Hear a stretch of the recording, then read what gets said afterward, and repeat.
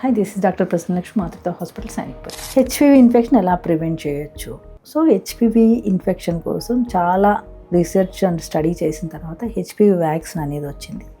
HPV vaccine ద్వారా HPV infection అనేది మనం ప్రివెంట్ చేయొచ్చు. దాని ద్వారా వచ్చే క్యాన్సర్స్ కానీ, వాట్స్ కానీ, యానోజెనిటల్ క్యాన్సర్స్ కానీ ప్రివెంట్ చేయొచ్చు. ఈ వ్యాక్సిన్ అనేది ఎప్పుడు ఇవ్వాలి?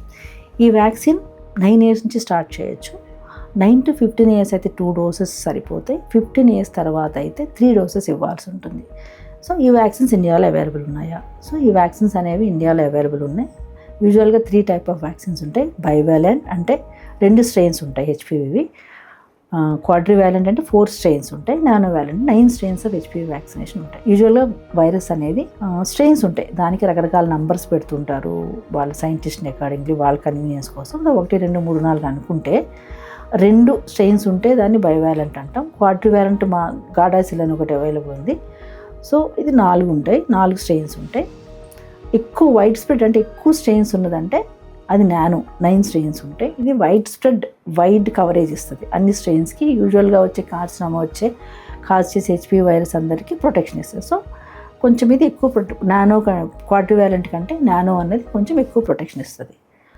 సో ఏమైనా రియాక్షన్స్ వస్తాయా? యూజువల్గా మైల్డ్ పెయిన్ కానీ, redness at the site of injection ఎక్కడ ఇస్తామో అక్కడ వచ్చే ఛాన్సెస్ ఉంటాయి, కానీ పెద్ద సివియర్ రియాక్షన్స్ అయితే ఏమీ రావు.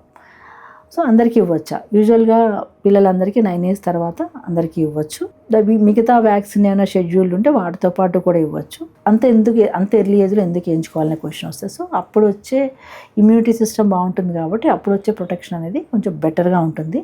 ఎంత తొందరగా సెక్సువల్ యాక్టివిటీకి ఎక్స్పోజ్ కాకపోతే అంత బెటర్. అది అడల్ట్స్ అండ్ గర్ల్స్లో కంపల్సరీ ఇవ్వాలి before starting their sexual activity. So that gives complete protection అనేది వస్తుంది. ఇప్పుడు కొంతమంది యంగ్స్టర్స్లో కూడా హెచ్పివి ఇన్ఫెక్షన్ చాలా ఎక్కువ కనిపిస్తుంది.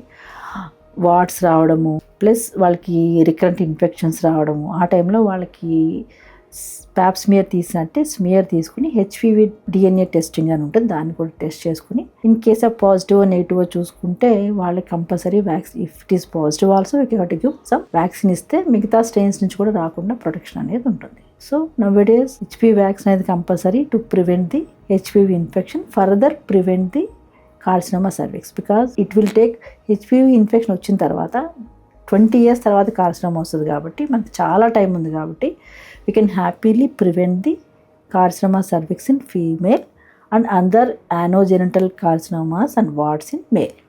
Thank you.